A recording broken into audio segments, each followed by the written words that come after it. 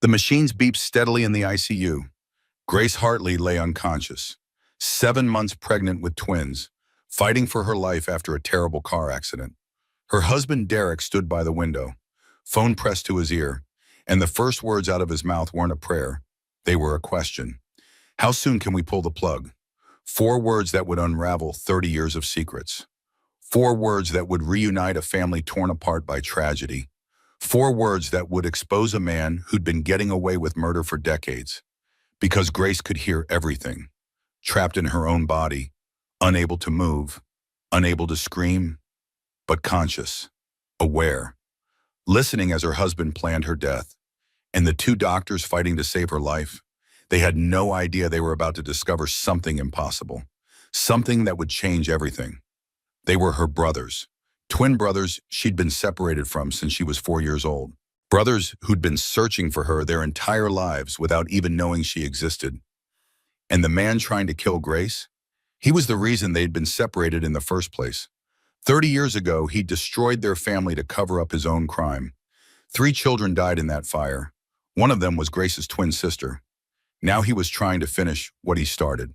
But this time, someone was watching. Someone was recording.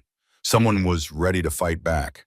This is the story of a woman who survived the unsurvivable, of brothers who found their sister across 3 decades of darkness, of a man whose past finally caught up with him, and of justice that looks less like revenge and more like freedom. This is the story of Grace Hartley, and how the worst day of her life became the door to everything she'd been searching for. Stay with me, because what happens next will remind you that some bonds can never be broken. Not by time, not by distance, not even by death. Blood knows blood, and family always finds a way home. The machines beeped steadily, rhythmic, mechanical, keeping Grace Hartley alive. Her husband stood at the window, phone pressed to his ear, not calling family, not praying, calling his attorney. How soon can we pull the plug? Derek's voice carried across the ICU. Cold, clinical, like he was discussing a business deal instead of his wife's life. Lauren Beck froze in the doorway. She just arrived at the hospital. Her best friend Grace had been in a car accident 4 hours ago, and Grace's husband was already discussing ending her life. The phone in Derek's hand buzzed. He glanced at the screen. His face softened. Just for a second. Then he noticed Lauren watching him. The mask slipped, aiming into place instantly. Concern, grief, the performance of a worried husband. Lauren, Derek pocketed his phone. I didn't hear you come in. Clearly, Lauren's voice came out sharper than she intended. What did you just say? I was discussing medical options with our attorney. Grace would want me to be practical. Grace has been unconscious for 4 hours, Derek. 4 hours. And you're already being practical? The fluorescent lights hummed overhead. Machines beeped their endless rhythm. Grace lay in the hospital bed between them, 7 months pregnant with twins, tubes and wires connecting her to life. Derek adjusted his tie, an expensive silk tie that probably cost more than Lauren made in a week. His suit was perfectly pressed. His shoes gleamed.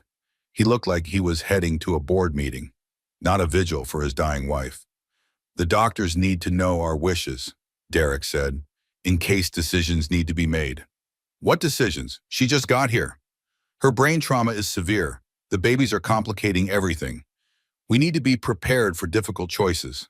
Lauren stared at him, really looked at him.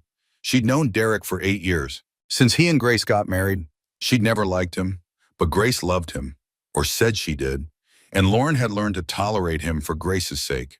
But now, looking at him, the way he stood, the way he spoke, like Grace was already gone, like he'd already moved on. Where were you? Lauren asked. When it happened, where were you? Derek's jaw tightened, just for a moment. I was at the office. Grace called you 11 times this morning. You didn't answer. I was in meetings. For 6 hours? Lauren, Derek's voice took on an edge. My wife is dying. I don't need an interrogation from her friend. She's not dying. The doctor said her vitals are stable. Her brain is swelling.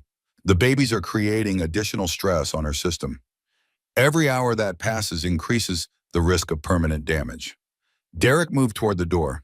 Now, if you'll excuse me, I need to make some calls. He left, his expensive shoes clicking on the linoleum floor, getting quieter, then gone. Lauren moved to Grace's bedside, sat in the chair still warm from Derek, took her best friend's hand. Grace looked peaceful, like she was sleeping. Her dark hair spread across the white pillow. Her face relaxed, no sign of the terror she must have felt in those final moments before the truck hit her car. Lauren's phone buzzed. A text from the hospital staff earlier had included Grace's belongings, her purse, her phone, still in a plastic bag by the bed.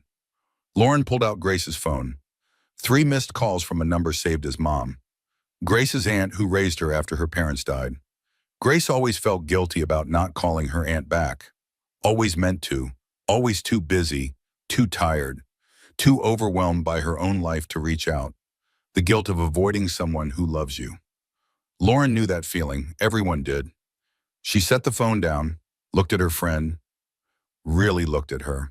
Grace had lost weight over the past year, even pregnant.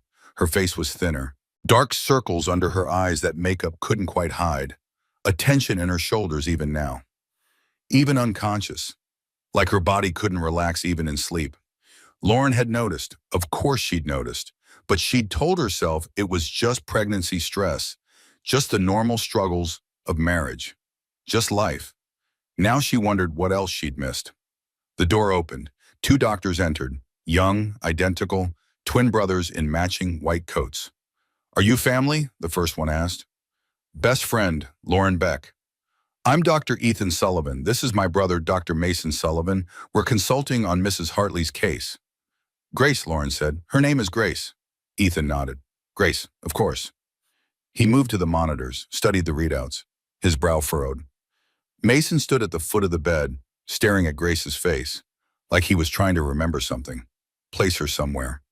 "Have we met before?" he asked Lauren. "I don't think so.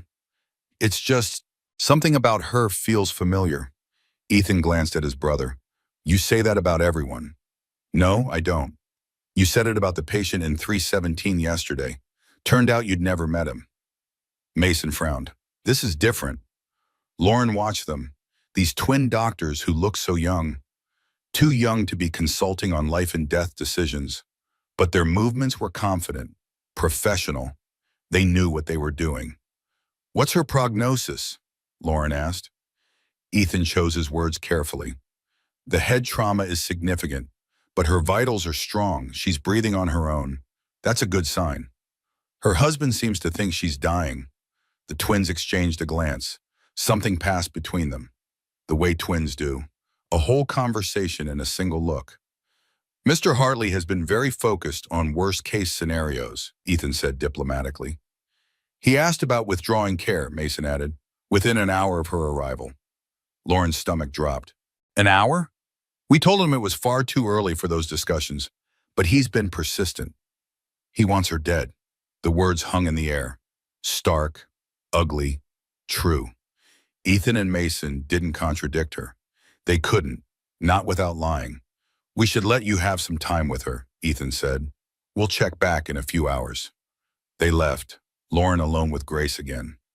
She pulled out Grace's journal from the plastic bag. Grace always carried a journal, had since college. She wrote in it every night.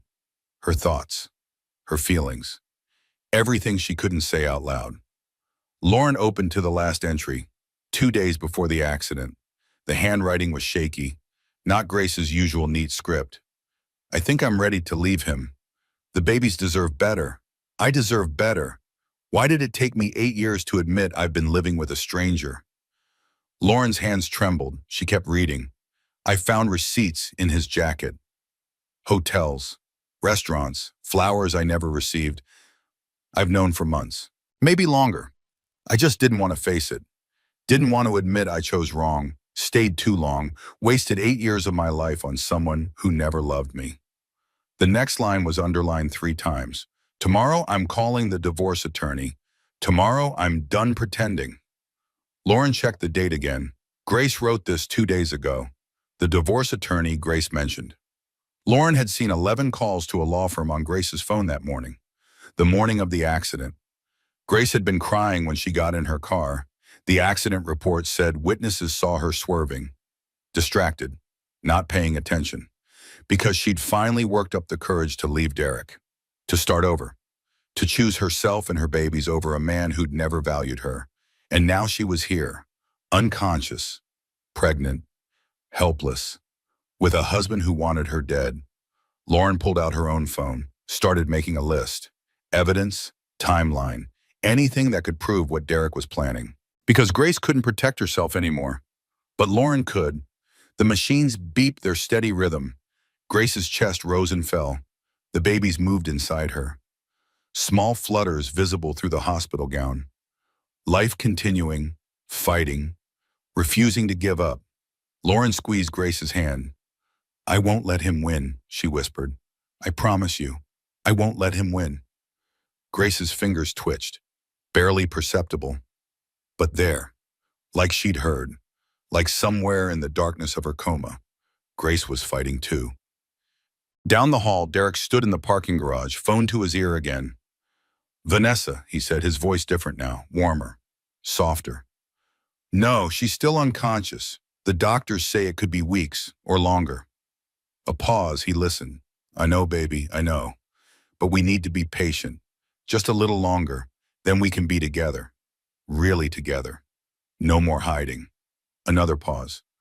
"The babies complicate things, but my attorney is working on it. Once the life support is removed, once it's over, everything will be simpler." He didn't see Lauren standing in the stairwell doorway, recording every word. The hospital operated on its own strange rhythm, day and night blurring together, shift changes, doctor rounds, endless waiting. Grace had been unconscious for 36 hours. Derek arrived at 9 in the morning, exactly 9. Like he had an appointment. He spent 20 minutes at Grace's bedside, checked his phone, made notes, then left. Every day. Same routine, 20 minutes. No more, no less. Lauren had been there for 36 hours straight, sleeping in the chair beside Grace's bed, living on vending machine coffee and whatever the nurses brought her. She'd watched Derek's routine, timed it, 20 minutes. Always 20 minutes, just enough to look concerned, not enough to actually care. On the second day, he arrived with an entourage. His mother, Patricia, swept in like she owned the hospital. Designer suit, pearls that probably cost more than Lauren's car, the kind of woman who turned charity work into a competitive sport. "Derek, darling," Patricia air-kissed her son's cheeks. "How terrible for you. This must be so difficult." Lauren wanted to vomit. "Thank you for coming, Mother. Of course, we need to discuss the situation. Privately." Patricia's eyes flicked to Lauren, dismissive, like she was furniture. "I'm staying," Lauren said. "This is family business."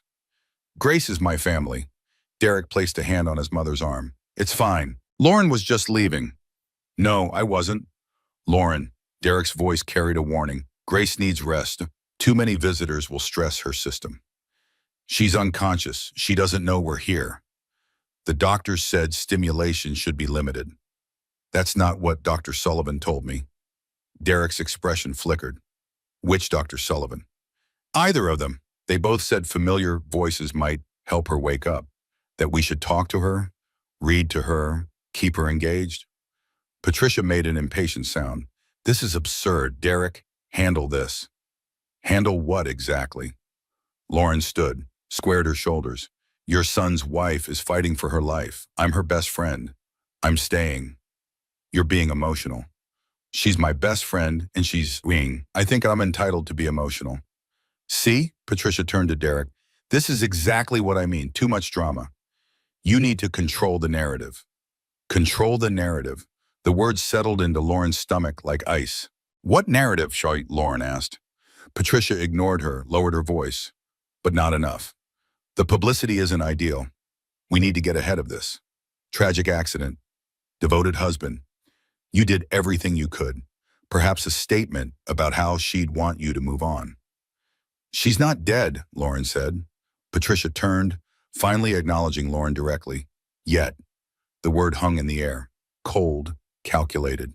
"Yet." Lauren's hands clenched into fists. "Get out." "Excuse me?"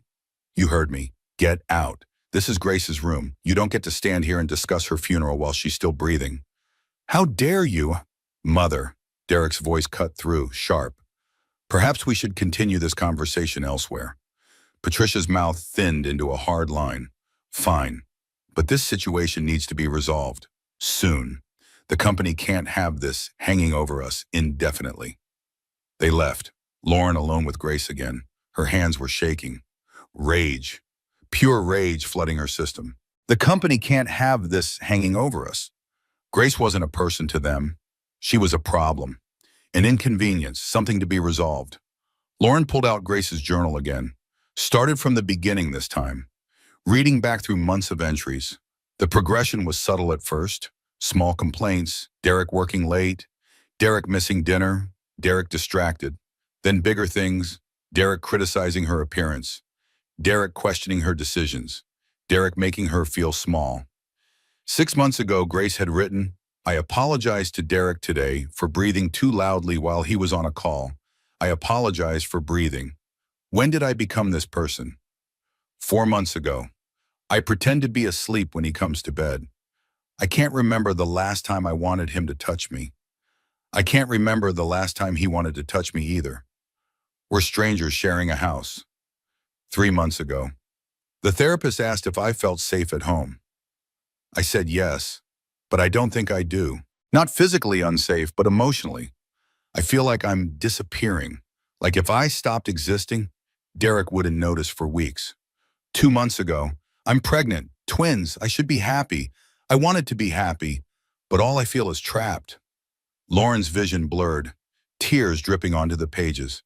She'd known Grace was unhappy, everyone knew, but reading it, seeing the progression, the slow erasure of her friend's spirit, she should have done something. Said something, made Grace leave earlier. The door opened. Ethan and Mason Sullivan entered. They looked tired, like they'd been working double shifts. "How is she?" Mason asked. "Same. No change, Ethan checked the monitors, frowned. "Her brain activity is showing some interesting patterns." "Interesting good or interesting, hen?" "Just interesting. There are moments of increased activity, brief surges, like she's responding to external stimuli." "She can hear us?" "Maybe, in some capacity. The brain is complex. Coma states vary widely." Mason was staring at Grace again. That same expression from yesterday, like he was trying to solve a puzzle. "Her birthday," he said suddenly. Ethan looked up. "What?" "Her birthday. On her chart, September 15th, 1993. "So? That's our birthday." Ethan moved to stand beside his brother, looked at the chart. His expression changed. "That's a hell of a coincidence." "Is it though? Plenty of people share birthdays." "Not just the birthday. Look at the full name. Grace Elizabeth Sullivan Hartley. Sullivan was her maiden name. Sullivan is a common name." "Not that common." Mason pulled out his phone, started typing. "Grace Elizabeth Sullivan, born September 15th, 1993. Parents deceased, 1995. Ethan went very still. "Our parents died in 1995. "I know." "Mason, what are you thinking?" "I'm thinking we need to see our adoption records." Lauren watched this exchange, not understanding. "What adoption records?" The twins looked at her, then at each other, having one of their silent conversations. "We were adopted," Ethan said slowly, "from St. Catherine's Orphanage. Our parents died when we were 3. The system separated us from our siblings. We never knew what happened to them." "Grace was in foster care," Sharon said. "Her aunt took her in after her parents died. She never mentioned siblings, though." "She wouldn't have remembered," Mason said. "She was too young. We all were." "Are you saying—" "I'm saying we need to check." Mason was already moving toward the door. "I'm saying this might not be a coincidence." They left, Lauren alone with Grace again. A different kind of silence now. Heavy with possibility. Grace had brothers. Maybe. Possibly. Grace, who'd always felt alone, who'd married Derek in part because she had no family to warn her away, who'd stayed because she had no one to run to. What if she hadn't been alone at all? What if her family had been here all along? Lauren leaned forward, took Grace's hand. "Grace, if you can hear me, your brothers might be here. Ethan and Mason, they're looking for you to wail. They've been looking for you your whole life. You just need to hold on a little longer.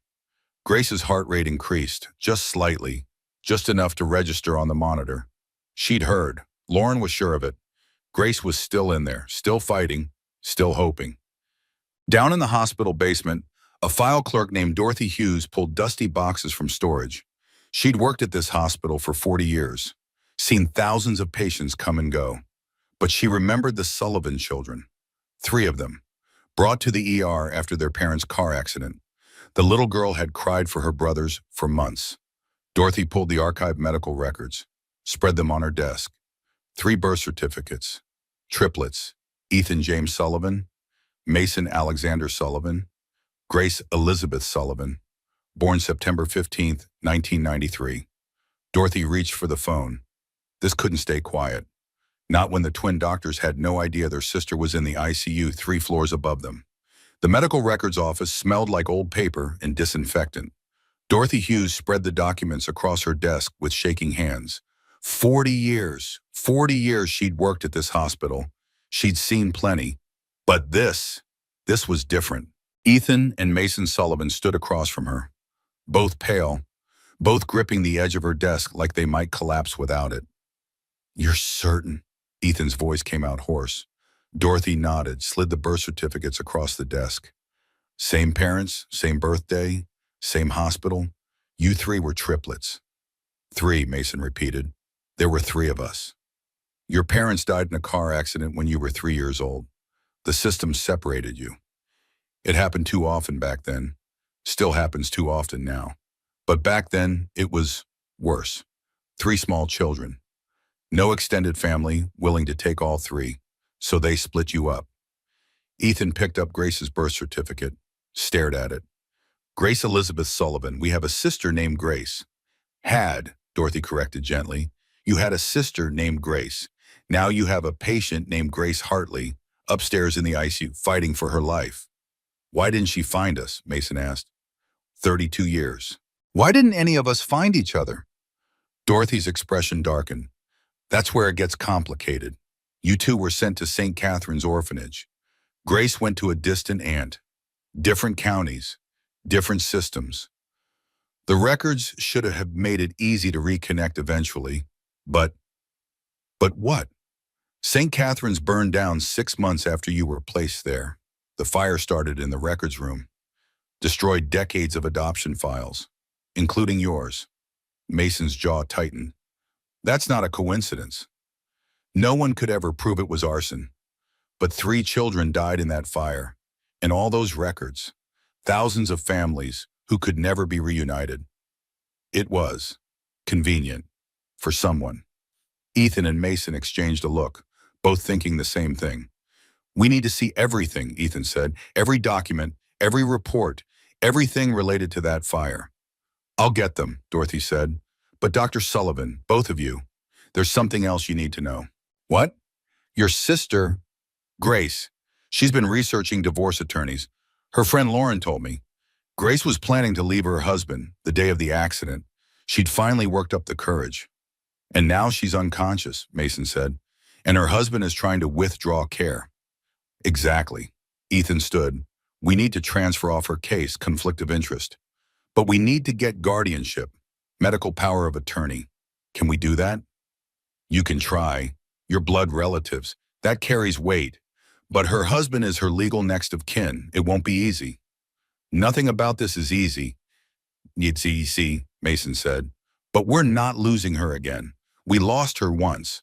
Lost 32 years. We're not losing whatever time we have left." Dorothy smiled.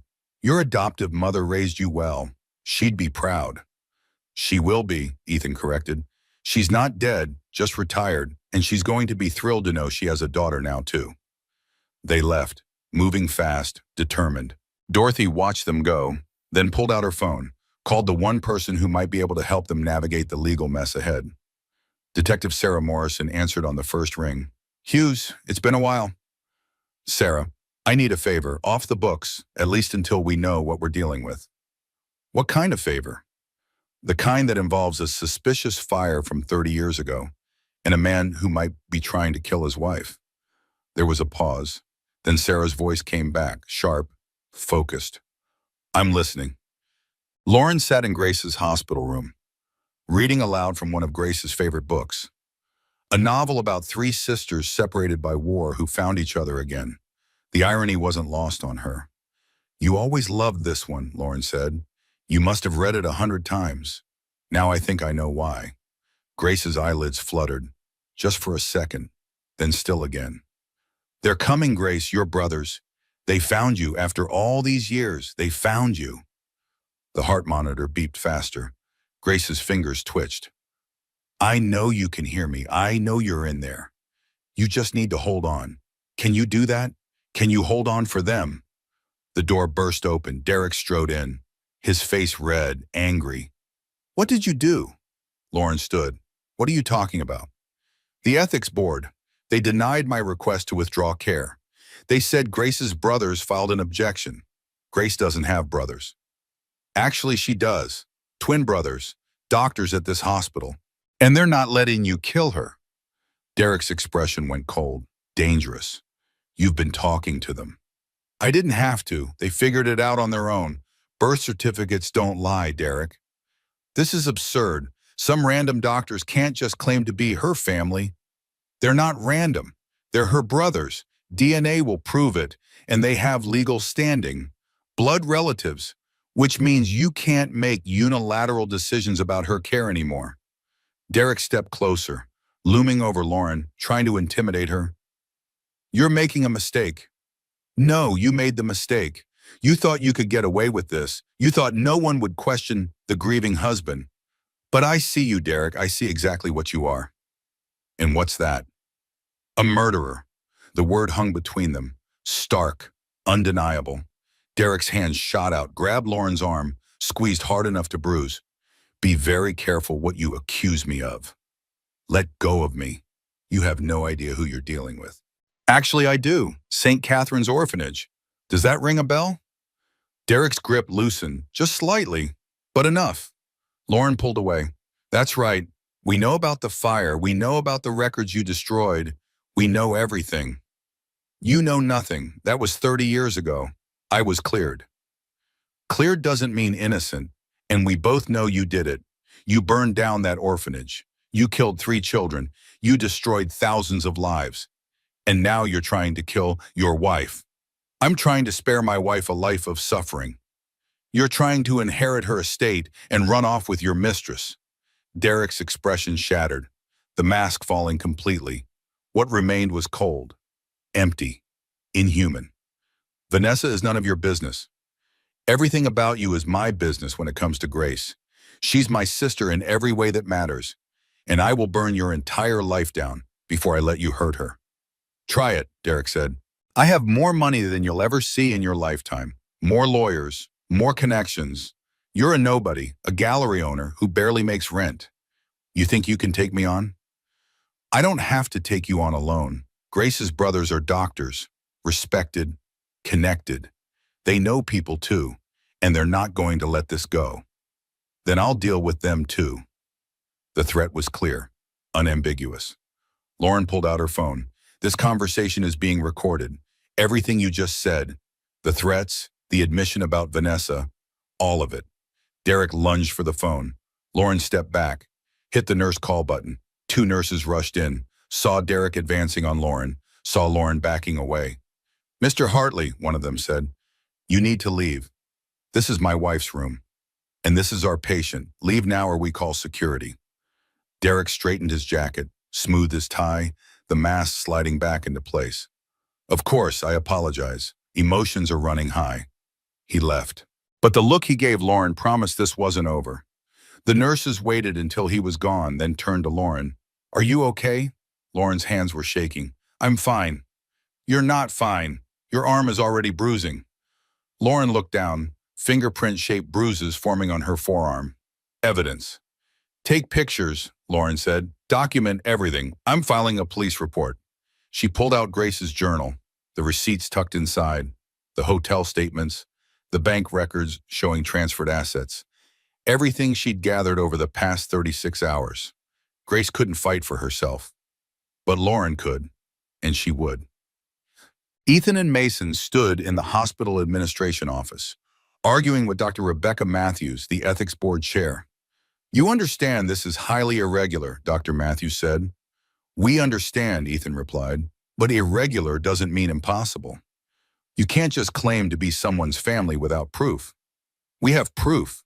Mason slid the birth certificates across the desk. Same parents, same birthday. We're triplets. DNA testing will confirm it.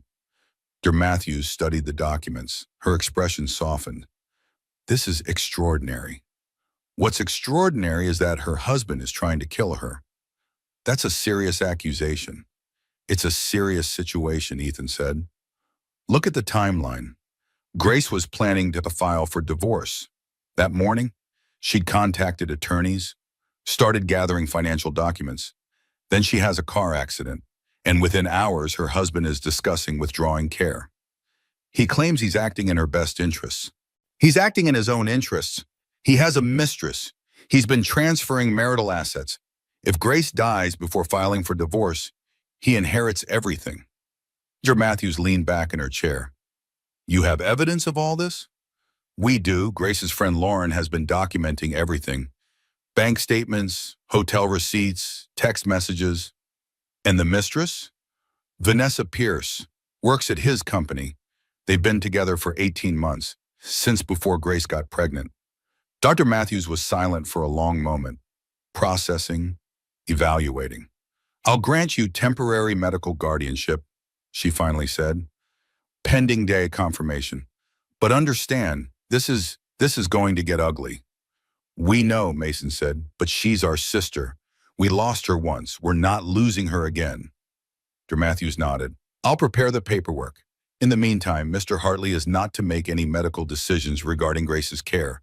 Everything goes through you two now. Thank you. Don't thank me yet. He's not going to take this well. Men like Derek Hartley, they're used to getting what they want, used to being in control. Taking that away from him, he'll fight back. Let him, Ethan said. We're not afraid of him. But he should have been, because Derek Hartley had already made a phone call to someone who specialized in making problems disappear, and the twin doctors had just become problems.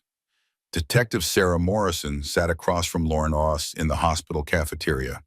Between them spread Grace's journal, bank statements, hotel receipts, and Lauren's phone showing the recording of Derek's threats.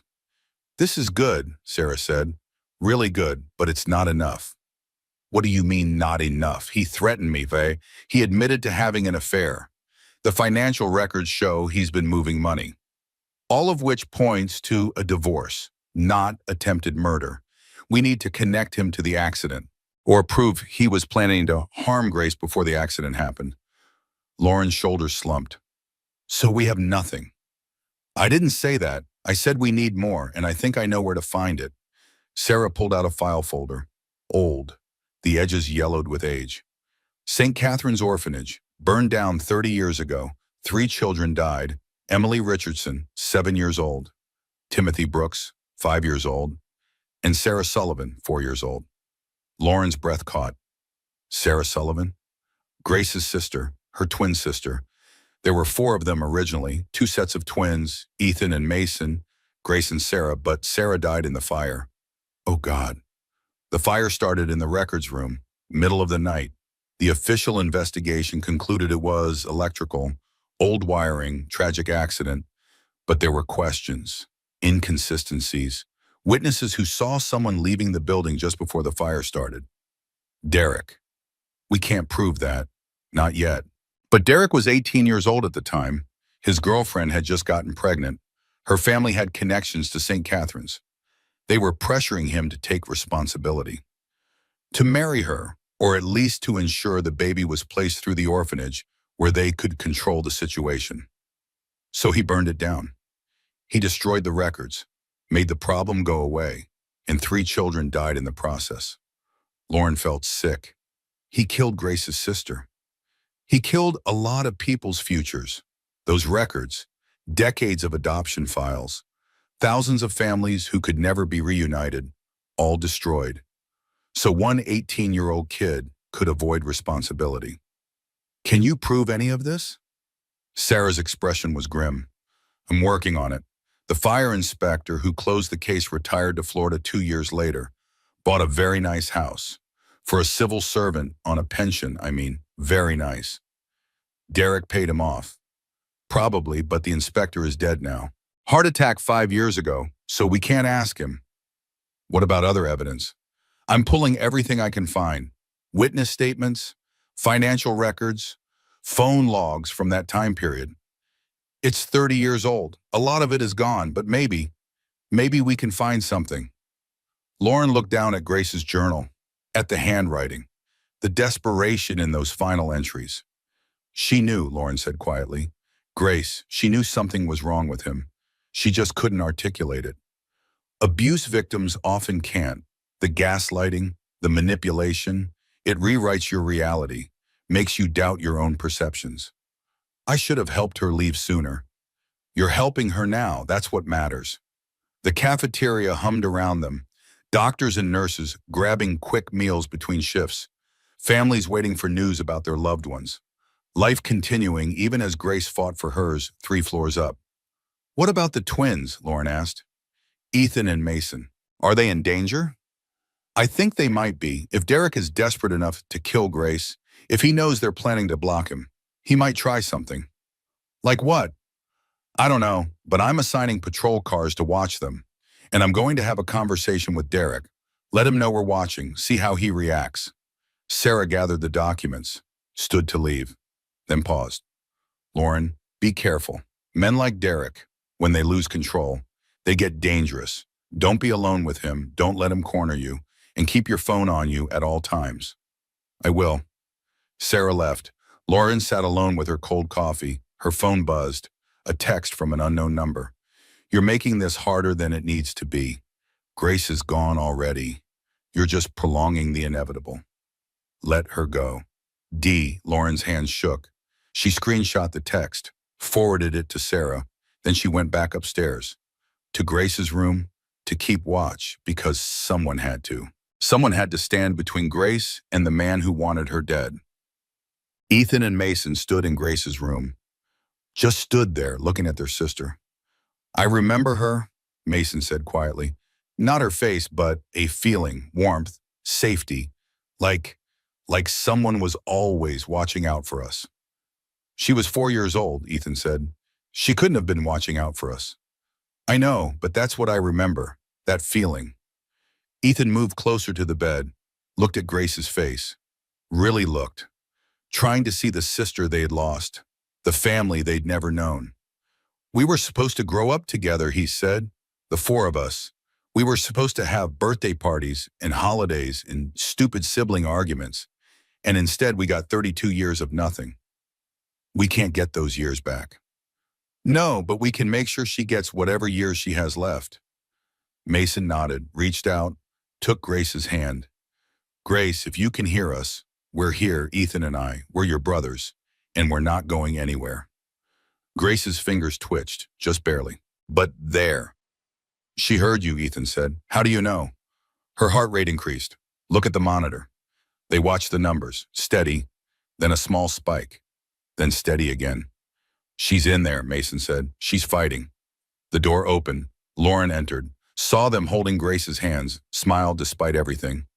She'd be happy, Lauren said, to know you're here. She always wanted siblings. Used to tell me about dreams she had, 2 brothers. Always together, always protecting each other. She dreamed about us? All the time. She thought they were just fantasies, her mind making up family because she didn't have any. But they weren't fantasies, they were memories. Mason's eyes burned. We need to tell her. When she wakes up, we need to tell her everything. When she wakes up, Ethan echoed. Not if, when. Lauren pulled out her phone, showed them the text from Derek. He's getting desperate, she said. Ethan's jaw tightened. Good. Desperate people make mistakes, and we'll be watching when he does. In the hospital parking garage, Derek stood beside his car, phone to his ear, speaking low, urgent. I need it done tonight, before they can transfer guardianship, before the DNA tests come back, while I still have legal authority. The voice on the other end responded. Derek listened, nodded. I don't care how you do it. make it look like a complication. Patients in ICU die all the time. No one questions it. Just make it quick. He hung up, started his car, didn't see the security guard in the next row over.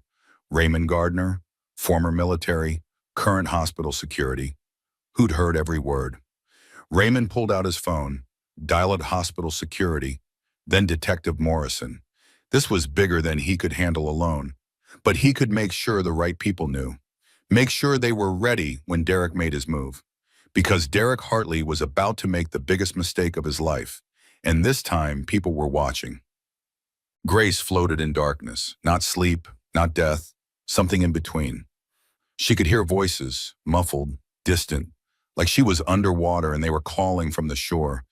Derek's voice, cold, discussing her like a business transaction.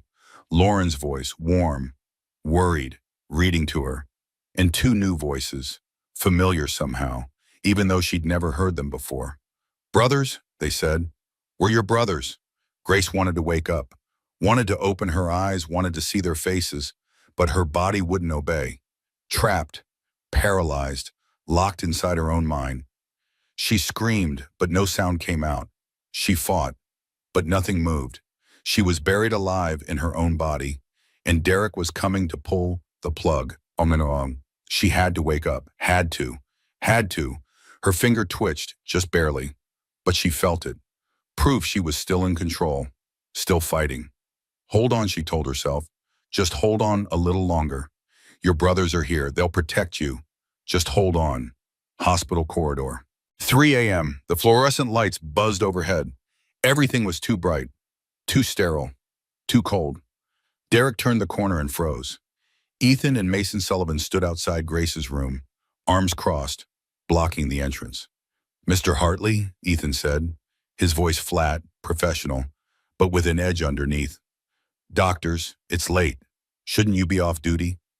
We are off duty. We're here as family now, Grace's family. Derek's expression flickered.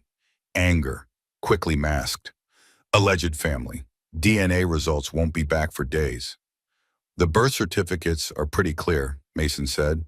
Same parents, same birthday, same hospital. We're her brothers. Convenient. 30 years of absence and suddenly you care. We didn't know she existed. Someone made sure of that. The accusation hung in the air. Derek's jaw tightened. I have no idea what you're implying. Don't you? Ethan stepped forward. St. Catherine's Orphanage. That name mean anything to you? Derek went very still. That was a long time ago. Funny, most people wouldn't remember the name of a random orphanage from 30 years ago, unless they had a reason to remember it. I grew up near there. Everyone knew about the fire. The fire that killed 3 children, including our sister Sarah. Tragic accident. Was it, though? Mason pulled out his phone, showed Derek a document, the fire investigation report. Because there are a lot of questions about inconsistencies, a witness who saw someone leaving the building, financial irregularities in the investigation. What are you accusing me of? I'm not accusing, I'm stating facts. You were 18, your girlfriend was pregnant, her family had connections to St. Catherine's. They were going to force you to take responsibility. And then the orphanage burned down, records destroyed, problem solved. Derek's expression went cold, dangerous. You can't prove any of that.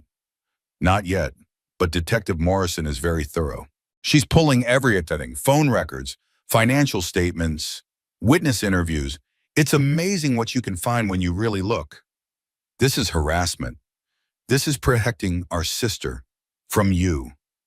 Derek laughed, sharp, bitter. Your sister, you met her yesterday. You don't even know her. We know enough. We know she was planning to leave you. We know you've been having an affair. We know you've been transferring marital assets. We know you want her dead. I want her to stop suffering. She's not suffering, she's fighting, and we're not letting you stop her. Derek looked between them.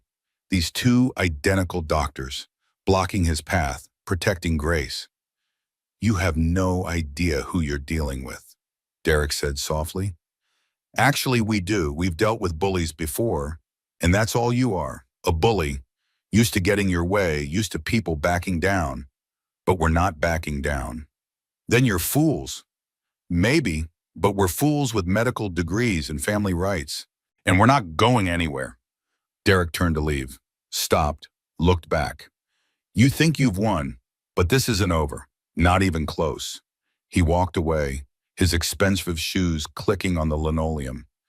Getting quieter, then gone. Mason let out a breath he didn't know he'd been holding. That went well. He threatened us. I know. We should tell Detective Morrison. Already texted her. She's on her way. They stood in silence for a moment, processing. Do you think he'll actually try something? Mason asked. Yes, I think he's desperate, and desperate people are dangerous. Then we don't leave her alone. One of us stays here at all times. Agreed. The door to Grace's room opened. Lauren emerged, pale, shaking. Grace's heart rate spiked during your confrontation. She could hear you. She's responding to voices. That's good, Ethan said. That means she's still in there. Or it means she's terrified. Her husband just threatened her brothers, and she's trapped in her body, unable to do anything about it. Mason's hands clenched. We need to get Derek away from her, permanently. Restraining order. Something. I'm working on it, Lauren said. Detective Morrison is building a case, but it takes time. We might not have time. If Derek is planning something, a commotion down the hall cut him off. Shouting, running footsteps. They ran toward the sound, turned the corner, found Raymond Gardner, the security guard, restraining a man in a hospital orderly uniform. Not a real orderly. The uniform was wrong, the ID badge hanging at an odd angle. He was trying to access the ICU, Raymond said. Claimed he had medication delivery. But I've worked here 20 years. I know every orderly on staff. Never seen this guy before. The fake orderly struggled. This is a mistake. You were just caught, Detective Morrison said, appearing from the elevator. Marcus Cole, we've been looking for you. The fake orderly went still. I want my lawyer. I'm sure you do, especially when you explain why you were trying to access a specific patient's room. With a syringe full of, what is that? Potassium chloride? That would have stopped her heart instantly.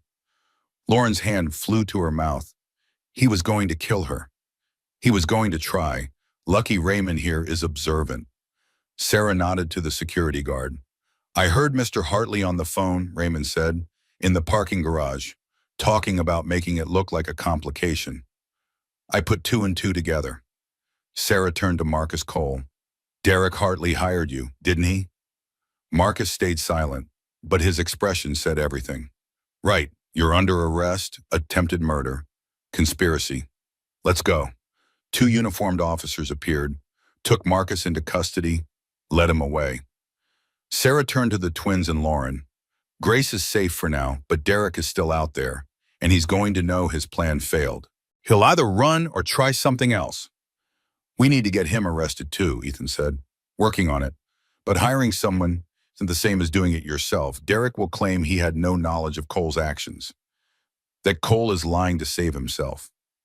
The recording, Lauren said, Raymond's recording, from the parking garage. Not admissible in court. One party in the conversation has to consent to being recorded. Derek didn't.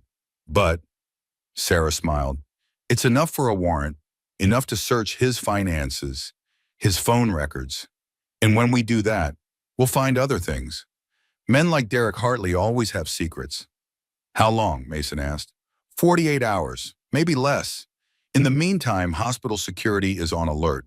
No one gets near Grace without proper ID, and I'm stationing an officer outside her door. Thank you, Ethan said. Don't thank me yet. We still need to catch him. Sarah left. Lauren and the twins stood in the hallway. She's going to wake up to all this chaos, Lauren said. Her brothers, her husband trying to kill her. Everything turned upside down. Better chaos than death, Mason said. At least chaos means she's alive. Grace is strong, Ethan added. Stronger than anyone gives her credit for. She survived 32 years without us. She'll survive this. They went back to Grace's room. All three of them, a vigil, a protection, a promise. Grace's monitors beeped steadily. Her chest rose and fell. The babies moved inside her, small, visible kicks, life fighting for life, refusing to give up. And somewhere in the darkness of her coma, Grace heard them, her brothers, her friend, promising to keep her safe. She just had to hold on a little longer. Derek sat in his penthouse, expensive scotch in hand, phone buzzing with calls from Marcus Cole's number, then from unfamiliar numbers, then nothing. He knew. Somehow he knew. Marcus had been caught. The plan had failed. Grace was still alive. Vanessa entered from the bedroom, wearing one of his shirts, looking worried. "Derek, what's wrong?" "We need to leave. Tonight. Pack everything you need. We're going." "Going where?" "Somewhere they can't find us. Somewhere without extradition." "Extradition? Derek, what's happening?" He drained the scotch, poured another. "Everything is falling apart. But I have money. Offshore accounts. We can start over. New names, new life." "What about Grace?" "What about her? Is she going to be okay?" Derek looked at Vanessa, really looked at her, saw the doubt creeping in, the realization that maybe she'd made a mistake, that maybe the man she'd been sleeping with wasn't who she thought he was.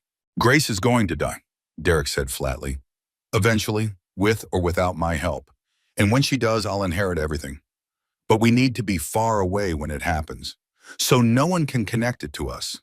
Vanessa backed away. "I didn't sign up for this.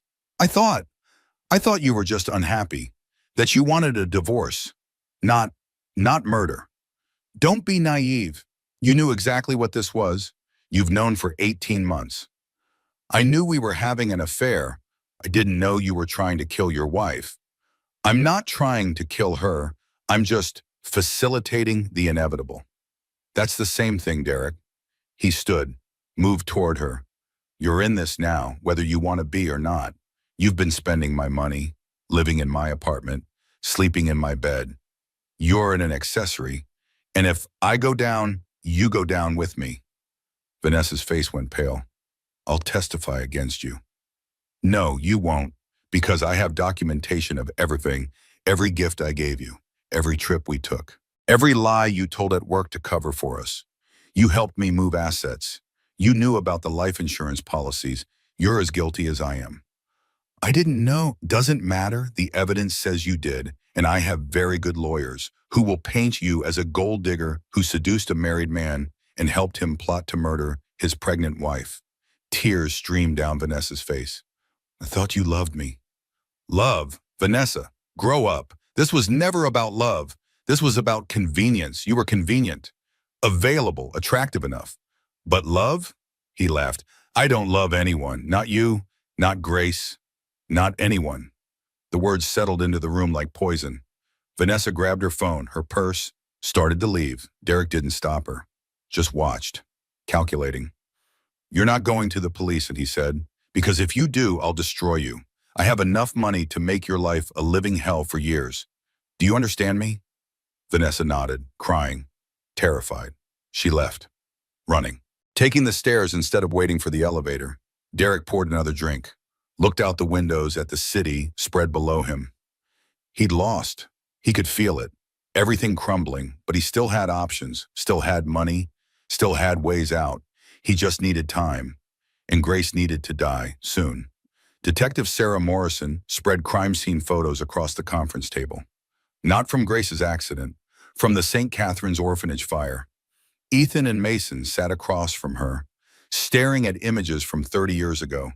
Charred walls, destroyed records, 3 small body bags. Sarah Sullivan was 4 years old, Sarah said quietly. She died of smoke inhalation. Never made it out of her room. Emily Richardson and Timothy Brooks died the same way. The fire spread too fast. The building was old, no sprinklers, no proper fire exits. "Our sister," Mason whispered. "We had another sister. 4 of you, originally, 2 sets of twins, Ethan and Mason, Grace and Sarah. But Sarah, she didn't make it." Ethan's hands shook. "Derek killed her." "I can't prove that, not for certain, but the evidence is suggestive. Derek was questioned. He had an alibi. His parents vouched for him, said he was home all night. But what?" Sarah pulled out another document. Bank records. Derek's father made a very large payment to the fire inspector 3 months after the case closed. $50,000, which in 1995 was significant money. He bought the investigation, Mason said. More than that, look at this. Sarah spread more documents. Derek's girlfriend at the time, Jessica Armstrong, she was pregnant. Her family had money, influence. They were pressuring Derek to marry her, or at the very least, to take financial responsibility for the child. He didn't want to, Ethan said. No, he was 18, had his whole life planned out. College, business school, taking over his father's real estate empire. A pregnant girlfriend and a baby didn't fit into that plan. So he killed 3 children to avoid responsibility. I think so. I think he knew St. Catherine's was involved, knew the girlfriend's family would use the orphanage to control him, make sure he paid child support, maybe even force him to be involved in the child's life. So he destroyed the records, made the whole thing go away. What happened to the girlfriend, to Jessica? Miscarriage, 3 months after the fire. Very convenient timing. Mason's face went pale. You think? I think Jessica Armstrong had a lot of accidents in the months after the fire. Falls downstairs, car accidents, food poisoning, until finally she lost the baby. Then she moved away, changed her name, disappeared from public record. He killed the baby too. I can't prove that either. But the pattern is there. People who are inconvenient to Derek Hartley have a way of disappearing or dying. Ethan stood, paced, trying to process. How has he gotten away with this for 30 years? Money, power, connections, and he's smart. He never does it himself, always has someone else do the dirty work, like Marcus Cole. Cole is going to testify, Mason said. Right? He's going to give up Derek to save himself. He is, but Derek will claim Cole is lying, that Derek never hired him, that Cole is just a criminal looking for a payout. It's Derek's word against Cole's. Unless we can find proof of payment, phone records, something concrete. We need to search Derek's accounts, Ethan said. Working on the warrant, should have it by tomorrow. Then we can dig into everything. Bank accounts, phone records, emails, everything. What about Grace? Mason asked. Is she safe now? For now, but Derek knows his plan failed. He knows we're investigating. He's going to either run or try something desperate. Desperate how? Sarah's expression was grim. I don't know, but men like Derek, when they lose control, when they're cornered, that's when they're most dangerous. Patricia Hartley sat in her office at the Women's Hospital Foundation. Designer suit, pearls, everything perfect, everything controlled. Lauren Beck sat across from her, looking decidedly less perfect. Rumpled clothes, circles under her eyes, but determined. This is highly inappropriate, Patricia said. You can't just barge into my office. I called 3 times. You didn't answer. So yes, I barged. What do you want? Lauren pulled out her phone, played a recording. Patricia's voice, clear, unmistakable. The company can't have this hanging over us indefinitely. We need to resolve the situation soon. Patricia's face went white. Where did you get that? The hospital has cameras, security records. You're not as careful as you think you are. That recording is out of context. I was simply what? Simply discussing how your son's dying wife is bad for business? Simply planning her funeral while she's still breathing? Simply helping your son commit murder? I have done no such thing. You knew about Vanessa, about the affair, about Derek's plan to withdraw care. You knew everything and you helped him. I did nothing illegal. Didn't you? Because Detective Morrison might disagree. Conspiracy, accessory. You're a lawyer. You know how this works. Patricia stood, moved to the window, looked out at the city, her city, the one where she'd built her reputation, her influence, her power, all of it crumbling. What do you want? Patricia asked quietly. I want you to tell the truth. In court, on record. Everything you know about Derek's plan, everything he told you. He's my son. He's a murderer, and you're helping him, which makes you complicit. I'll lose everything, my reputation, my foundation, everything I've built. Grace is losing her life. Her children are losing their mother. I think that matters more than your reputation. Patricia was silent for a long moment. wrestling with herself, her son, her conscience, her future. "If I testify," she finally said, "I need immunity. I need protection from prosecution. I'm not the one who offers that, but I can talk to Detective Morrison. I can tell her you are willing to cooperate. I want it in writing, full immunity, before I say a word." "Fine." Patricia turned, looked at Lauren. "He wasn't always like this, Derek. When he was young, he was. He was a good boy, bright, ambitious, but then something changed after the fire, after the orphanage. He became cold, empty, like something inside him died. Maybe his conscience died. Maybe, or maybe he never had one to begin with, and I just didn't want to see it." Lauren stood. "Work with Detective Morrison. Tell her everything. It's the only way to make this right. It won't make anything right, but it might stop him from hurting anyone else." Lauren left, Patricia alone in her office, the mother who'd raised a monster, and now had to decide whether to save him or stop him. She reached for her phone, called her attorney, then called Detective Morrison. Some things mattered more than family, some things mattered more than loyalty, and sometimes the only way to love someone was to let them face the consequences of their actions. Grace's hospital room, 2 a.m. Lauren sat in the chair beside the bed, reading aloud from Grace's favorite book. The door opened. Ethan and Mason entered quietly, bringing coffee and sandwiches. "You need to sleep," Ethan said. "I can't. Every time I close my eyes, I see Derek. I see him trying to hurt her. He can't get to her now. Hospital security is tight. There's an officer at the door. She's safe. For now, but what about later? What about when she wakes up? What about when she's home with the babies? Will she ever really be safe from him?" Mason sat beside Lauren. "Derek is going to prison. Between Marcus Cole's testimony and Patricia's cooperation and all the evidence we've gathered, he's done. What if he runs? He can't. Detective Morrison has alerts on all his accounts. His passport is flagged. If he tries to leave the country, he'll be arrested at the airport. What if he doesn't try to leave? What if he just disappears, hides, waits?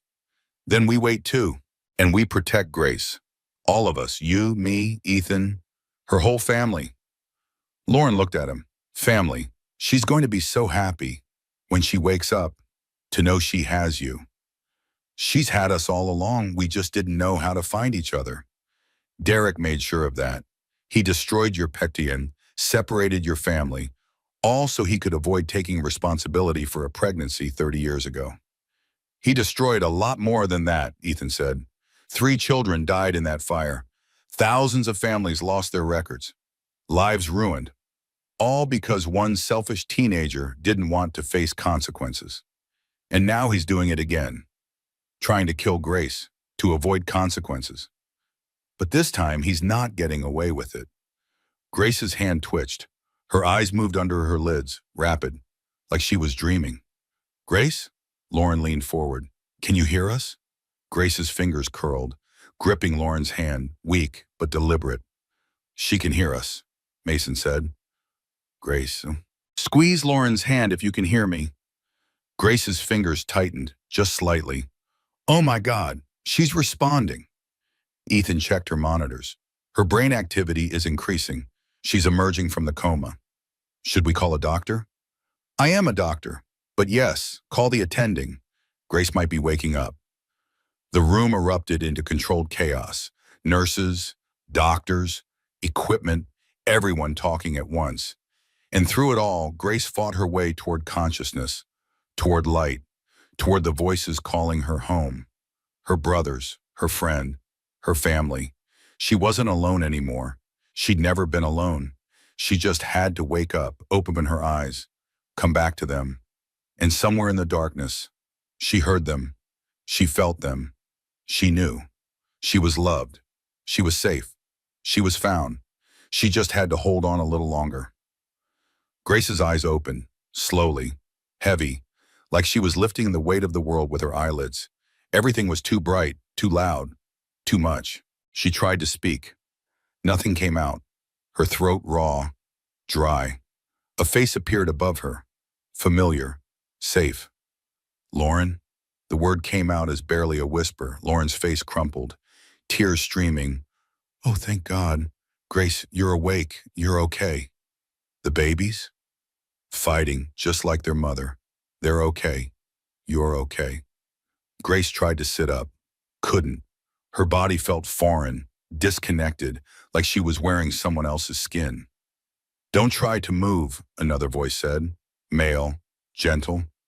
"You've been unconscious for 6 days. Your muscles need time to adjust." Grace turned her head, saw two identical men in white coats. Doctors, young, familiar somehow, even though she'd never seen them before. "Who?" she tried to ask. Lauren took her hand. "Grace, there's so much to tell you.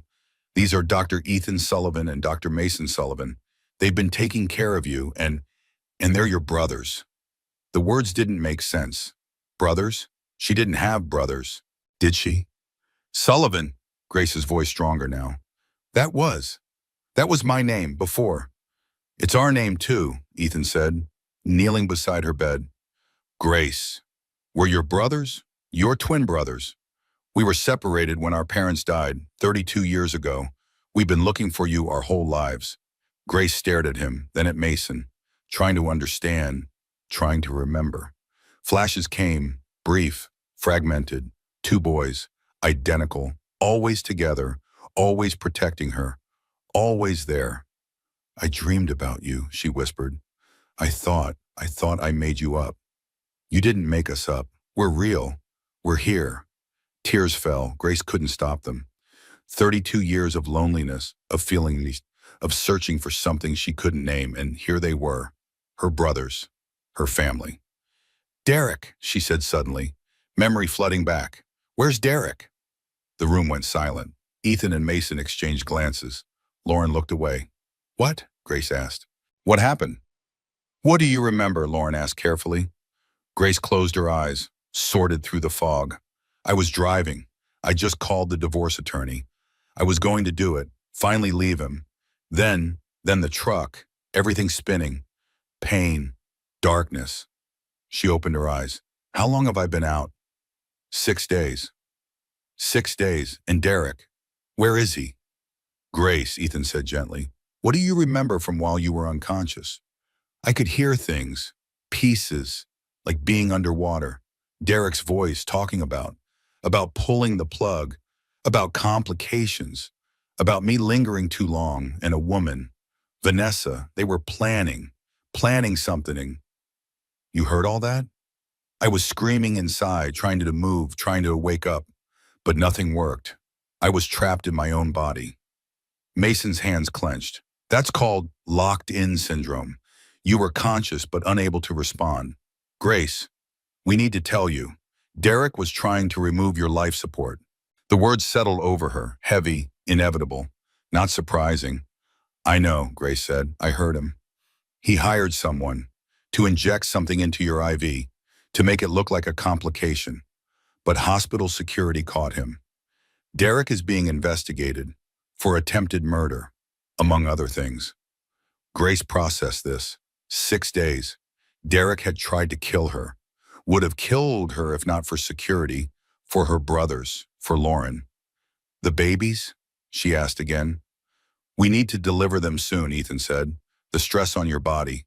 28 weeks is viable. We have an excellent NICU. They'll be small, but they'll survive. Do it. Get them out, away from him, safe." "Grace, do it now, please. I want them safe." Dr. Matthews entered, took one look at Grace and smiled. "Mrs. Hartley, welcome back. My brothers told me about Derek, about everything. I want the babies delivered today. We can schedule, not scheduled. Now I want them out. I want them safe from him." Dr. Matthews studied her, saw the determination, the fear, the absolute certainty. "All right, we'll prep for emergency C-section. Give me 2 hours to assemble the team." She left. Grace looked at her brothers, at Lauren. "I need you to tell me everything. All of it, from the beginning." And they did. The orphanage fire, Sarah's death, Derek's involvement, the separation, 32 years of missing each other. Grace listened, silent, processing. When they finished, she was quiet for a long moment. "He killed my sister. she finally said. Our sister, Sarah. We think so. We can't prove it. But yes, we believe he set that fire. To avoid responsibility for a pregnancy. Yes. And now he tried to kill me. For the same reason. To avoid divorce. To inherit your estate. To be with his mistress. Yes. Grace's expression hardened. Not grief anymore. Not fear. Something else. Something colder. Stronger. I want to see him. Grace, no. I want to see him. I want him to see me awake. I want him to know he failed. That's not safe. I don't care about safe. I care about him knowing that he didn't win, that I'm still here, that our babies are going to be born, that he destroyed my family, but I found them anyway. I want him to know all of it. Ethan and Mason looked at each other. That twin communication. We'll be there, Mason said. Between you and him, he won't get close. Good, because I have things to say to him, and he's going to listen. 2 hours later, Grace prepped for surgery, gowned, paved, surrounded by medical staff. Ethan and Mason weren't operating. Conflict of interest. But they stood nearby, observing, protective. Before they wheeled her to the OR, Grace insisted on one thing. Derek was brought up from the lobby, where he'd been waiting, trying to look like a concerned husband, trying to maintain his mask. He entered Grace's room, saw her awake. His face went white, just for a second. Then composure returned. Grace, thank God you're awake. I was so worried. Stop. Grace's voice cut through his performance. Just stop. Derek's jaw tightened. You're confused. The trauma. I was conscious. I heard everything, every conversation, every plan, every betrayal. That's impossible. Locked-in syndrome. I was awake, trapped, screaming inside while you discussed murdering me. Derek looked at the doctors, at Lauren, at the hospital's security guard by the door. She's hallucinating. The medication? I'm not hallucinating. I heard you, talking to Vanessa, talking to your attorney, talking about how long I had to linger, how the babies were complications, how you needed me gone. Derek's mask cracked. You can't prove any of that. I don't have to. You hired Marcus Cole. Security caught him. He's testifying against you. Your mother is testifying against you. Vanessa is testifying against you. Everyone is abandoning you, Derek, just like you abandoned me. Every day of our marriage. I loved you. You never loved me. You never loved anyone. You just wanted someone you could control, someone without family to protect her, someone alone. You were alone. You had no one. That's where you're wrong. Grace gestured to Ethan and Mason. I had brothers. You tried to keep us apart. You destroyed our records. You killed our sister. You thought you'd erase them. But they found me anyway. Blood knows blood, Derek. And mine called out to theirs across 32 years. Derek stared at the twins, understanding dawning. The orphanage. You're from the orphanage. We're Grace's brothers, and we're going to make sure she gets everything you tried to take from her. I'll fight this. I have lawyers, money, connections. I'll tie you up in court for years. No, Grace said, you won't, because I have something you don't. What's that? The truth, and people who love me. Real love. Not the performance you gave, but actual love. From my brothers, from Lauren, from everyone you tried to isolate me from. Derek moved toward the bed. Ethan and Mason stepped between them instantly. You're making a mistake, Derek said. All of you. You have no idea what I'm capable of. Actually, Detective Morrison said, entering the room, we have a very good idea.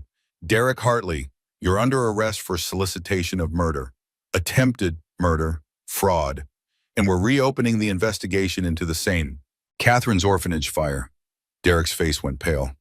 This is harassment. This is justice. Long overdue. 2 officers appeared, handcuffed Derek, read him his rights. As they led him away, Derek looked back at Grace one last time. She looked back. No fear, no love, nothing. I almost feel sorry for you, Grace said. You burned your whole life down for nothing. And the worst part? You did it to yourself. Derek was walked out, his expensive shoes on hospital linoleum, getting quieter. then gone. Grace let out a breath she didn't know she'd been holding, the weight of 8 years lifting. Finally, finally free. Okay, she said to the surgical team, let's have these babies. The operating room was cold, sterile, bright. Grace lay on the table, curtain blocking her view of her abdomen, but she could feel movement, pressure. The surgical team working efficiently. Lauren stood at her head, holding her hand, whispering encouragement. Ethan and Mason watched from the observation gallery, not operating, but present, there for their sister. First baby, Dr. Matthews announced. Girl! A cry split the air, tiny, furious, alive. Grace's tears came instantly. She okay? She's perfect, small but strong. Listen to those lungs. The baby's cries continued, indignant at being removed from her warm home. Second baby, girl. Another cry joined the first, different pitch, different tone, but equally strong, equally alive. Twins, Grace whispered. Girls, both healthy, both breathing on their own. Grace, they're beautiful. The babies were taken to the NICU team. Quick examination, cleaned, weighed, assessed. 2 pounds, 8 ounces. 2 pounds, 6 ounces. Small, but viable. Fighter-S Grace was stitched up, cleaned, moved to recovery. The epidural making her drowsy, but she fought to stay awake, needed to see them, needed to hold them. The NICU team brought them over, swaddled in blankets, pink faces, tiny fists. You can touch them, the nurse said. Briefly, then we need to get them to the NICU, monitor them closely. But they're yours, your daughters. Grace reached out, touched each tiny face, memorized them. Sarah and Hope, she said. Their names are Sarah and Hope. Beautiful names, Lauren said.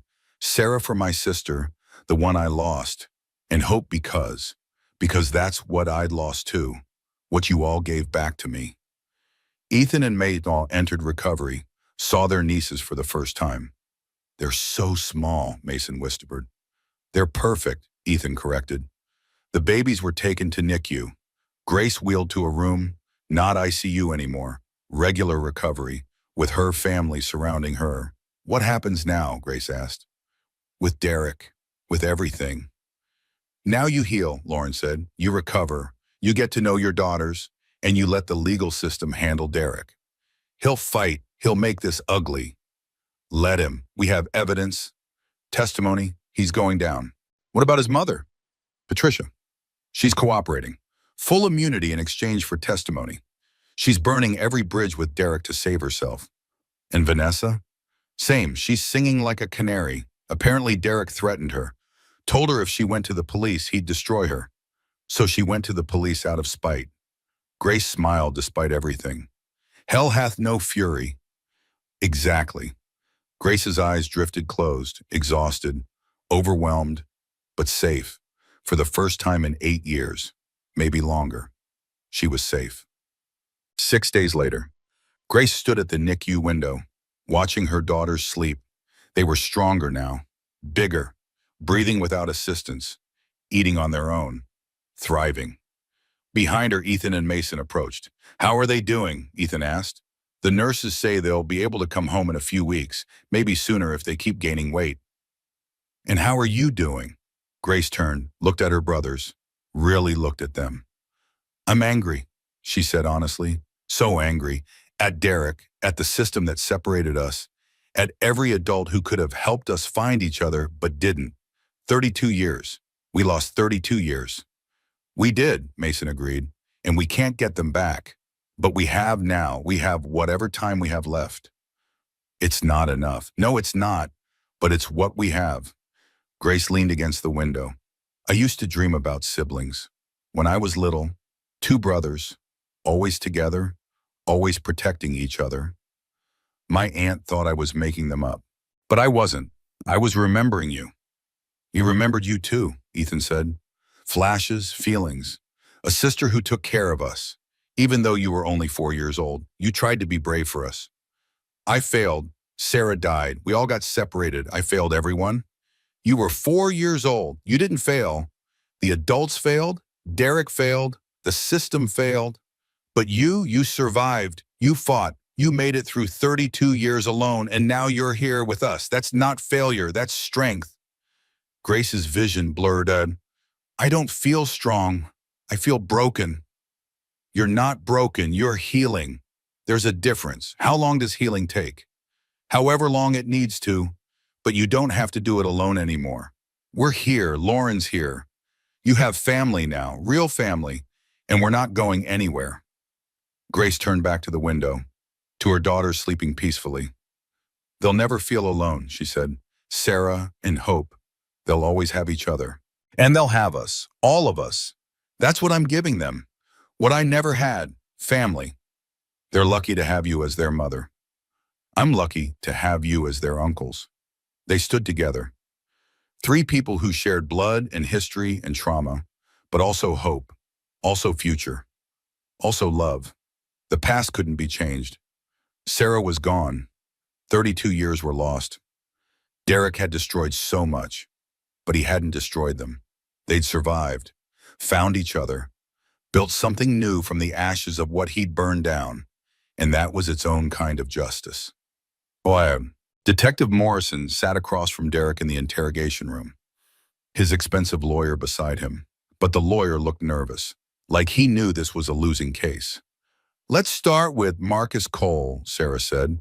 He's given a full statement, says you hired him to kill your wife. Marcus Cole is a known criminal. His word means nothing.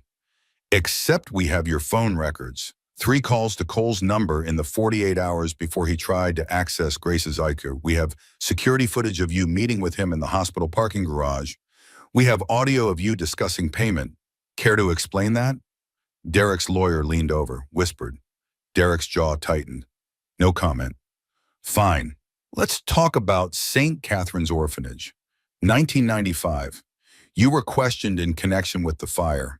Your father paid the fire inspector $50,000. Why? No comment.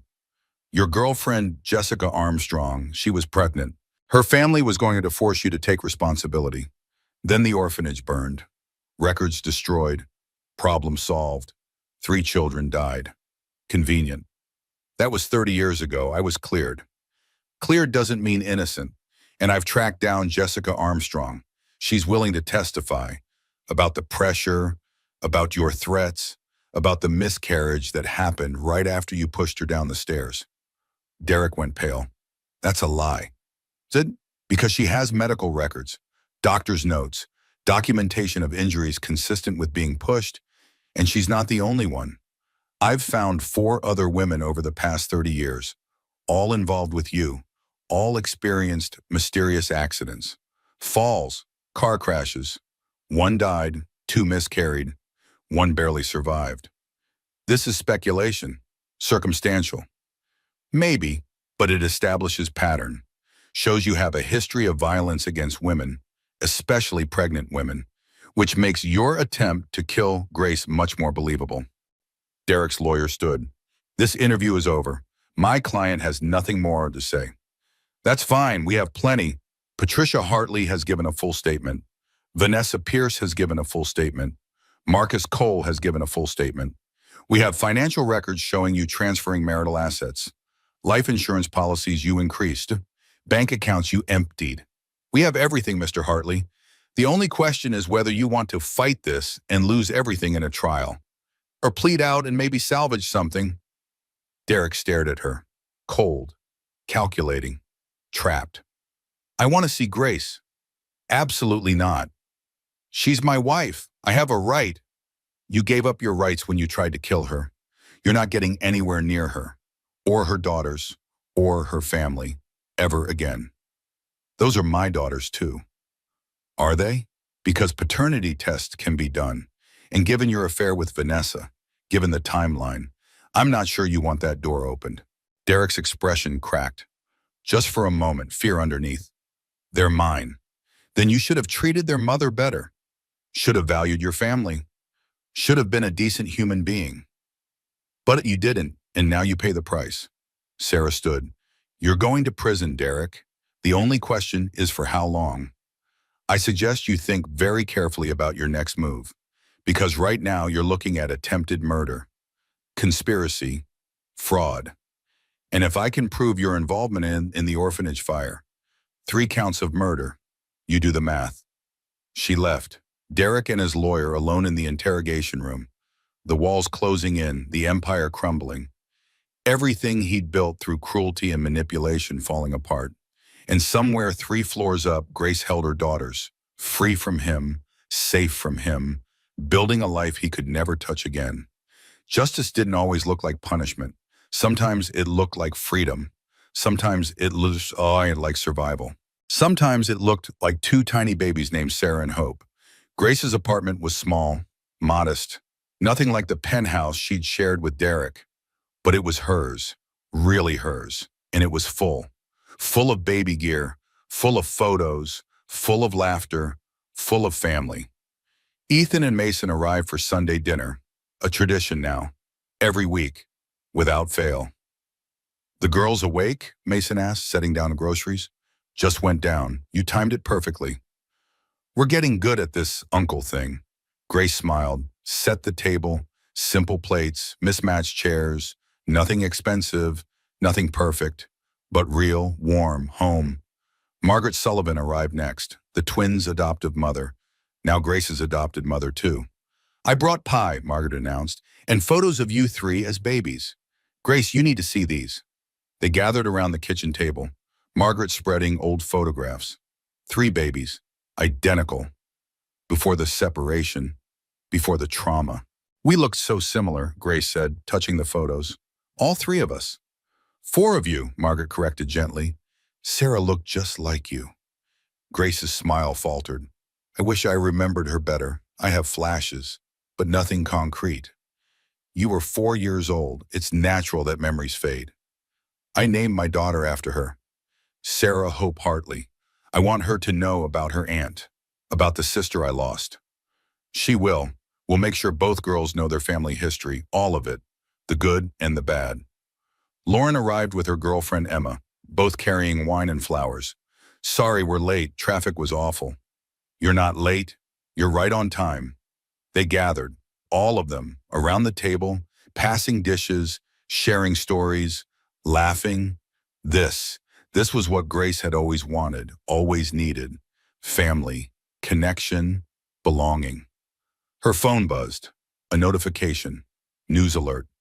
Derek Hartley sentenced to 25 years in prison. The table went quiet. Everyone reading the headline. 25 years, Grace said. "He'll be 63 when he gets out." "He got off easy," Lauren muttered. "Maybe, but it's over. Really over. He can't hurt anyone anymore." "How do you feel?" Ethan asked. Grace considered, sorted through the complicated tangle of emotions. Relieved, angry that it took this long, sad for who I was when I married him, grateful for who I am now. All of it, all but one, that's normal. I don't want the girls to grow up with this hanging over them. I don't want them defined by what their father did. They won't be. They'll be defined by their mother, by their family, by the people who love them. Grace looked around the table, at her brothers, at Margaret, at Lauren and Emma, at the photos of her parents, at baby monitors showing her daughters sleeping peacefully. "I used to think I was cursed," she said, "that everyone I loved left me, my parents, my siblings, even Derek in his own twisted way. But I wasn't cursed. I was just lost. And sometimes being lost is how you find your way home." "That's beautiful," Margaret said. "You should write that down. For the girls, when they're older." "Maybe I will. Maybe I'll write all of it, our story, how we found each other, how we survived." "It's a good story," Mason said. "Sad parts, but good ending." "The best stories have both," Grace replied. They ate, talked, laughed, shared memories new and old. And later, after everyone left, Grace stood at the nursery door, watching her daughters sleep. Sarah and Hope, 2 tiny miracles. She thought about Derek, about the trial, about everything he'd done, and realized something. She'd won. Not because he was in prison, not because of the money, not because of revenge. She'd won because she was free, free from his control, free from his manipulation, free from the prison of that marriage. free to be herself, to love her daughters, to build a life with her brothers, to create the family she'd always dreamed of. Derek had tried to erase her, to make her disappear, to take everything. But he'd failed. She was still here, still standing, still fighting, still thriving, and that was the greatest victory of all. Derek sat in his cell, orange jumpsuit, bare walls, nothing left of his empire. Vanessa had testified against him. Patricia had testified against him. Marcus Cole had testified against him. Even his own lawyer had advised him to plead guilty. Take the deal, 25 years instead of life. He'd taken it. What choice did he have? Now he had nothing, no money, no power, no control, nothing except time. 25 years to think about what he'd done, what he'd lost, what he'd destroyed. He thought about Grace, about her face when she woke up, the strength in her voice, the certainty. She'd beaten him, a woman he'd thought was weak, controllable. Nothing, she'd survived, found her family, built a life without him. And he was here, in a cell, alone. The irony wasn't lost on him. He'd spent his whole life avoiding consequences, manipulating, destroying, taking what he wanted, and in the end, consequences found him anyway. Some people called it justice. Derek called it losing, but Grace called it freedom, and that made all the difference. 1 year later, Grace's new house, not big, not fancy, but hers. A small backyard where the girls could play someday, a kitchen with room for family dinners, bedrooms for everyone. Home. She stood in the nursery, watching Sarah and Hope play. 15 months old now, walking, babbling, exploring everything. They'd never know Derek. Not really. He'd never hurt them, never control them, never make them feel small. Grace would make sure of that. Grace, Ethan called from downstairs. Mom's here and Lauren, and half the hospital apparently. Grace smiled, picked up both girls, one on each hip, carried them downstairs. The house was full, Ethan and Mason, Margaret, Lauren and Emma, colleagues from the hospital, friends Grace had made, new and old, a birthday party. For her, 33 years old. The first birthday in years she actually wanted to celebrate. Make a wish, Lauren said, holding a cake. Candles lit. Grace closed her eyes. Thought about everything. The journey, the pain, the healing. Wished for peace, for health, for her daughters to grow up safe and loved, for her family to stay together, to never lose each other again. She blew out the candles. Everyone cheered. Speech, Mason called out. Oh God, no, I hate speeches. Too bad, you're doing one anyway. Grace laughed, set the girls down, stood in front of her family. Okay, a year ago I was in a hospital bed, unconscious, pregnant, scared. I thought my life was over, that Derek had won, that I'd die alone and forgotten. She paused, gathered herself. But I didn't die. I survived, and I found you, all of you, my brothers, my family, my people, and I learned something. What's that? Ethan asked. That family isn't always blood. Sometimes it's the people who show up, who stay, who fight for you when you can't fight for yourself. Blood matters, but choice matters more, and I choose you, all of you, every day, for the rest of my life. Margaret was crying. Lauren was crying. Even the twins looked suspiciously misty. Derek tried to erase me, Grace continued. He tried to make me disappear, to take everything. But he couldn't, because you wouldn't let him. You found me. You saved me. You gave me back my life. She picked up Sarah, then Hope. And these two, they're named for what I lost and what I found. Sarah for my sister, the one who didn't make it, who deserved to grow up but didn't get the chance. And Hope for what I never thought I'd have again. But you all gave back to me. She looked at her brothers, Ethan, Mason. We lost 32 years, and I'm so angry about that. So angry at everyone who kept us apart. But we have now. We have every day going forward, and I'm going to make sure we never lose each other again. Never, they said in unison. To family, Grace said, raising a glass.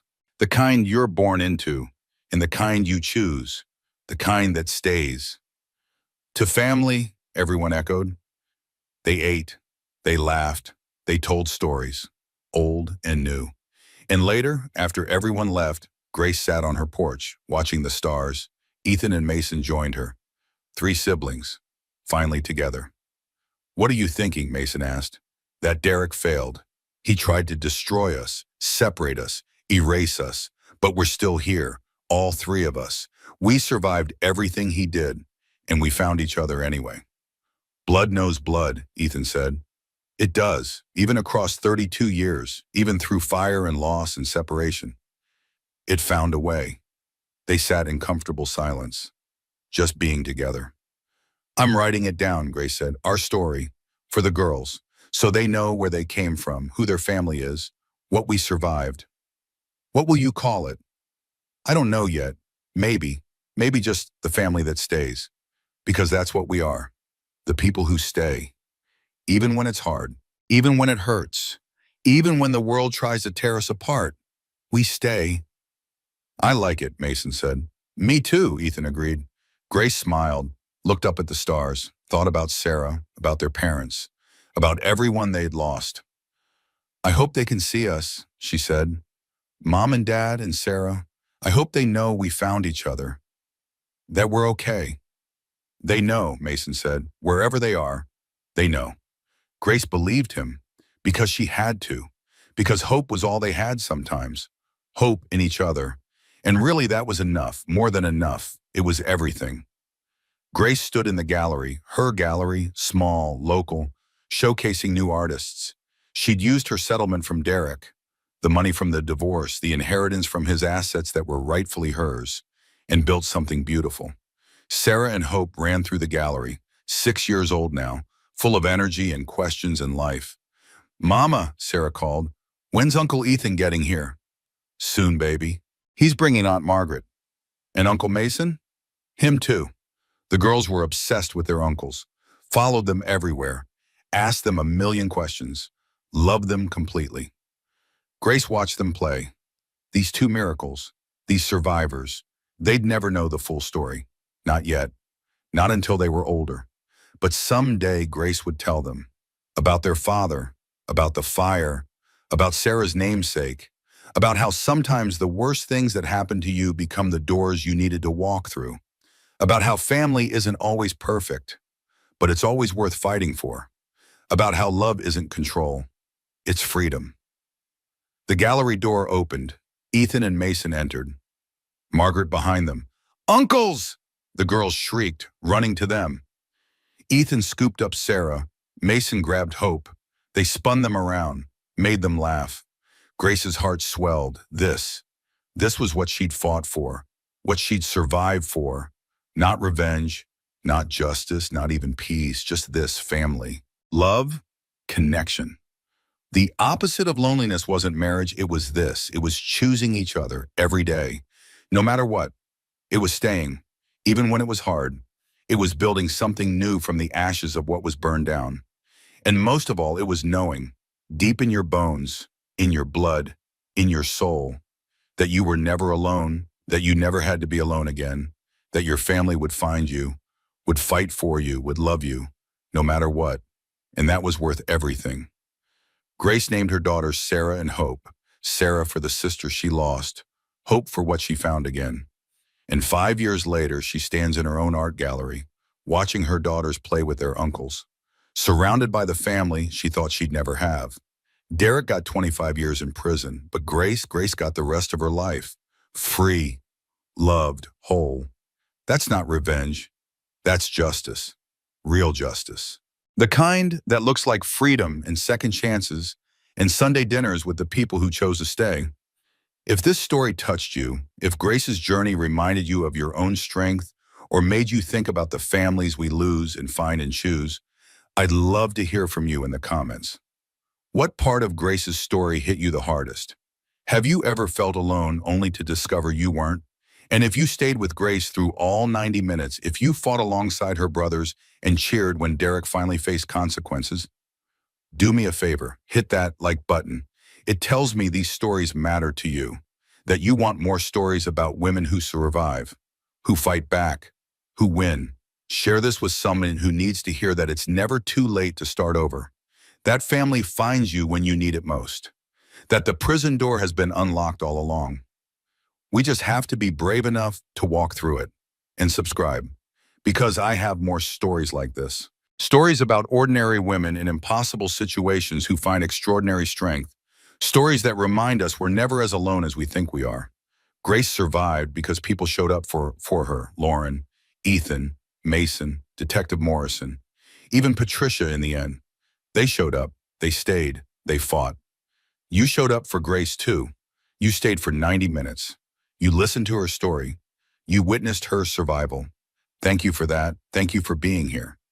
Until next time, remember, you're stronger than you think. You're loved more than you know, and your family is out there waiting to find you. Take care of yourselves and each other.